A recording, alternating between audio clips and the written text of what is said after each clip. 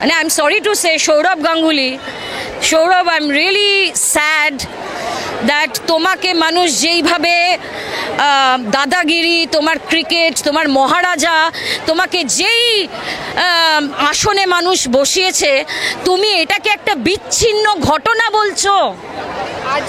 তুমি এটাকে একটা বিচ্ছিন্ন ঘটনা বলছো। যত ওই আনন্দবাজারিও লোকজন এই ফেসবুক ইনস্টাগ্রামে তুমি দেখবে এই সোহম হরলিক্সের পার্টি, তারা বলছে পুলিশ আছে বলেই শহরে মেয়েরা সুস্থ আছে।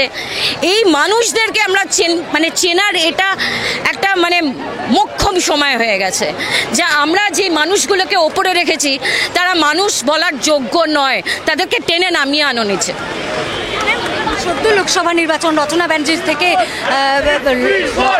সবাই, আমি একজন মা, আমার মেয়ে ব্যাঙ্গালোরে থাকে, আমি একবার ওকে ফোনটায় ওকে না পেয়ে আমার টেনশন হতে শুরু করেছে।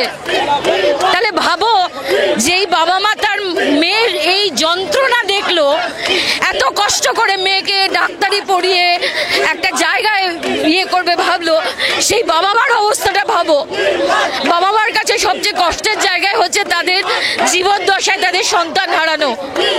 তার দাম 10 লাখ টাকা, মুখ্যমন্ত্রী জিত করবে 10 লাখ টাকা। নৈতিক দায় নিয়ে মুখ্যমন্ত্রীকে পদত্যাগ করা উচিত।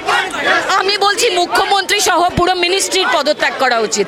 ইউথের ওপর ছেড়ে দিক, ইউথ ডিসাইড করবে যে কাকে দেবে কাকে রাখবে, ইউথ ডিসাইড করবে।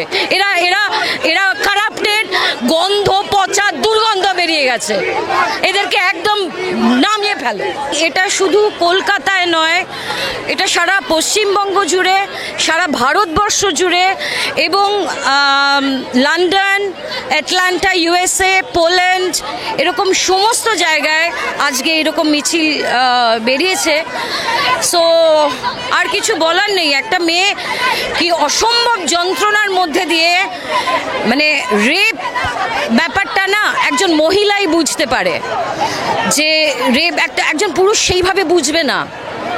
সুতরাং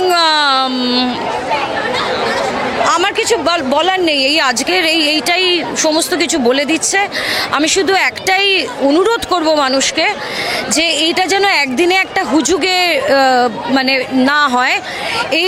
এই চাপটা যেন কায়েম থাকে পুলিশের ওপর, প্রশাসনের ওপর, যে ধামাচাপা দিয়ে বা স্কেপগোট বানিয়ে কাউকে আসল যারা অপরাধী তাদেরকে লুকিয়ে রাখা, এটা যাবে না, এটা যাবে না।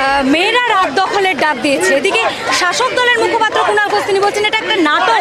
ছাড়ুন তো কুণাল ঘোষের কথা। উনি তো আগে মমতা ব্যানার্জিকে এর কাণ্ডে, তখন মমতা ব্যানার্জিকে বলেছিল যে সবচেয়ে বড় সারদা কাণ্ডে। তো এখন তো এর তো না ঘাটকা না ঘাটকা, এখন একে তেলিয়ে চলতে হবে, ওকে তেলিয়ে চলতে হবে। রাজনৈতিক কর্মসূচি বলে অনেকেই দাগিয়ে দিচ্ছে। রামবাম কি বললে আমি বুঝলাম না।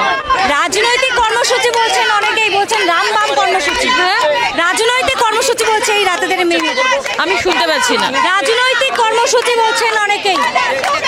এইটাকে কে যে যা বলছে আমি জানি না, এটা তো ডেফিনেটলি রাজনৈতিক।